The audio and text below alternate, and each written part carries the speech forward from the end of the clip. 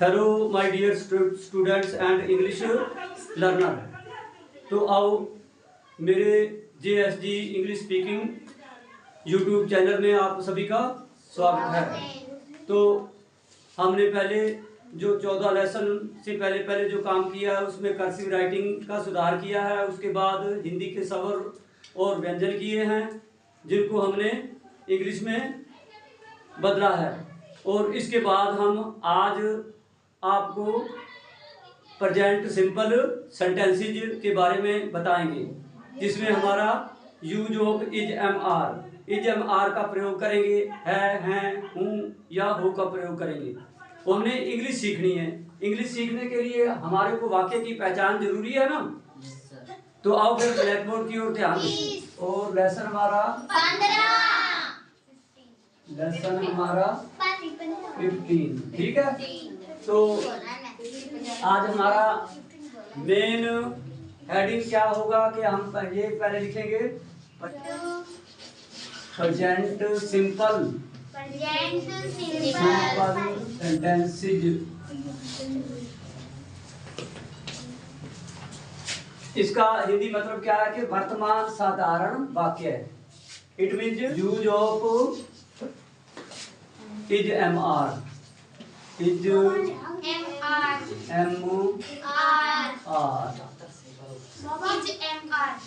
और हिंदी में क्या होगा ये है, हूँ, हैं या हो,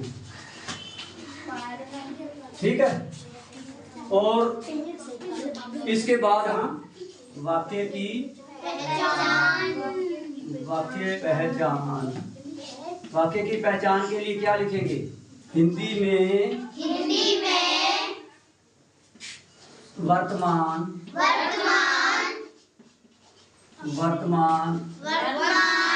साधारण वाक्यों के अंत में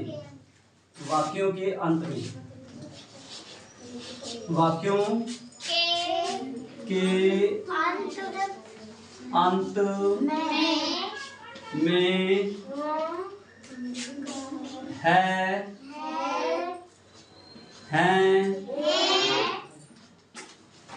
हूँ या हो आता है।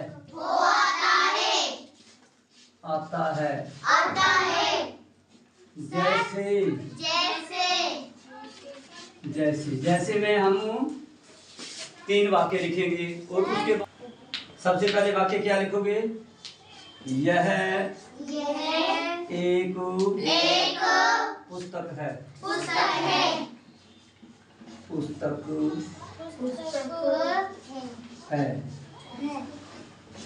पूर्ण विराम, वाक्य पूरा हो जाए तो फिर उसके बाद दूसरा वाक्य हम लिखेंगे, ये 4 कुर्सियां हैं। हैं का भी प्रयोग हो गया, ठीक है। और इसके बाद हूँ,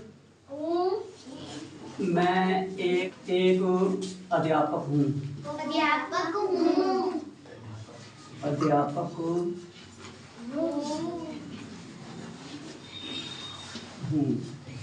अब यहाँ अंडरलाइन कर दो क्योंकि हमारी ये पहचान है, ठीक है। और चौथा वाक्य हो वाला लिख लो, तुम एक विद्यार्थी हो, ठीक है। ये हो आ गया, हूँ आ गया, हैं आ गया, बहुवचन, एक वचन है आ गया, ठीक है।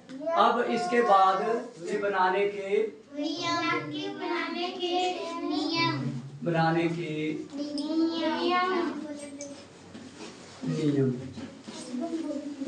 वाक्य बनाने के नियम क्या आएंगे, लिखो उसी तरह।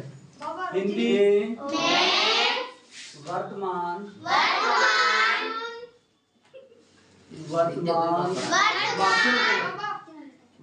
साधारण वाक्यों को, वर्तमान साधारण वाक्यों को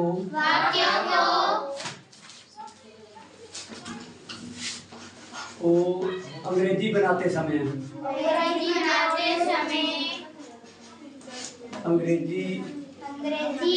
बनाते बनाते समय समय सबसे पहले सबसे पहले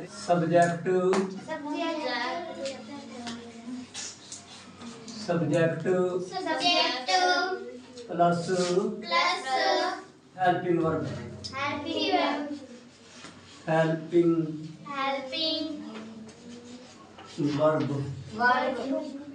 plus object plus full stop आता है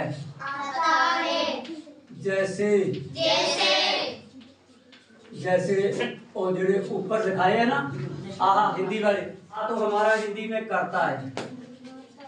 ठीक है, करता ये हमारा ना कर्म है, हिंदी में है ना, हिंदी ये इंग्लिश में तो ऑब्जेक्ट हो जाएगा। और ये हमारा हेल्पिंग वर्ब है, सहायक क्रिया, हिंदी में सहायक क्रिया। ठीक है, और अब इसको जो हमने सब नियम हमारा क्या कहता है कि सबसे पहले सब्जेक्ट आता है plus helping verb plus object आता है। अब हम यहाँ तो पहला हमारे कर्ता आता है, फिर कर्म आता है, फिर सहायक क्रिया आती है। और इंग्लिश का सबसे पहले सब्जेक्ट आता है, उसके बाद हेल्पिंग वर्ब आता है और उसके बाद ऑब्जेक्ट आता है। अब हमारा ये सब्जेक्ट करता क्या है, ये हमारा सब्जेक्ट है, करता है काम को करने वाला। यह के लिए हम क्या लिखेंगे, दिस या इट।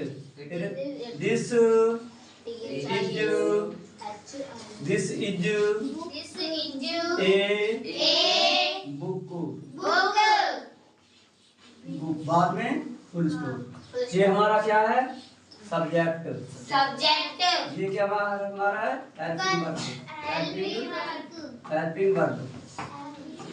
Helping verb. और ये क्या हमारा क्या है, ऑब्जेक्ट। और अंत में ये हमारा फुल स्टॉप। ठीक है, अब ये नियम जैसे मैंने बताया है उसी तरह है। अब दूसरा देखो, यह एक, ये पुस्तकें हैं, इट मीन बहुवचन है, ज्यादा है तो ये क्या लिखा है, दिस का बहुवचन क्या होता है, दीज PHESE दीज।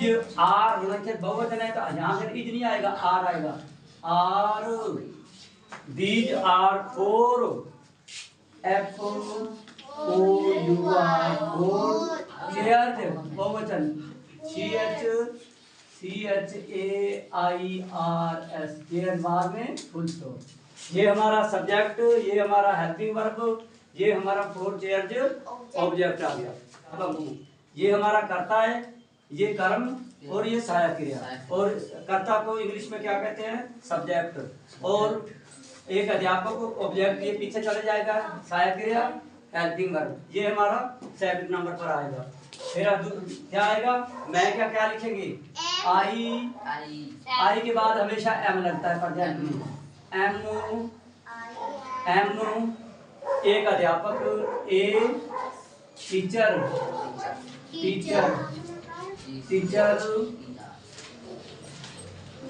उसके बाद फुल स्टॉप लगना है, जब वाक्य का समाप्त हो जाएगा।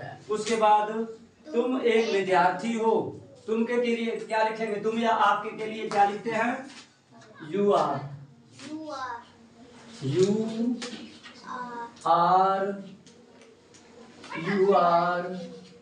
ए स्टूडेंट, बाद में फुल स्टॉप। ये देखो समझाया कि नहीं आया? ये हमारा कौन सा टेंस है, प्रेजेंट सिंपल सेंटेंस हमारे है। टेंस हमारा सिंपल है, टेंस हमारा प्रेजेंट है, और वाक्य हमारे सिंपल है, साधारण। ठीक है, और ये हमारा इंग्लिश का नियम आज भी ये चलेगा, कल भी ये चलेगा, यहाँ राजस्थान में ये चलेगा, कनाडा अमेरिका चले जाओगे वहां भी यही चलेगा। सबसे पहले सब्जेक्ट, उसके बाद हेल्पिंग वर्ब, उसके बाद ऑब्जेक्ट। ठीक है, हिंदी का सबसे पहले कर्ता होता है, उसके बाद कर्म होता है, उसके बाद सहायक क्रिया होती है। इंग्लिश का थोड़ी तब्दीली है थोड़ी सी, वो सिर्फ ऐसा है कि इधर सब्जेक्ट पहले आ जाता है, फिर हेल्पिंग वर्ब आता है, फिर उसके बाद ऑब्जेक्ट आता है। और ये अच्छी तरह समझ आया तो आप जी अगर कुछ इसमें ज़्यादा समझना चाहते हो तो मेरे channel JSG English speaking YouTube को आप लाइक शेयर और सब्सक्राइब कर देना, ताकि इस हमारे लेसन को, हमारे तरीके को दूसरे विद्यार्थी भी पढ़ सके। आज का लेसन यही समाप्त होता है। धन्यवाद।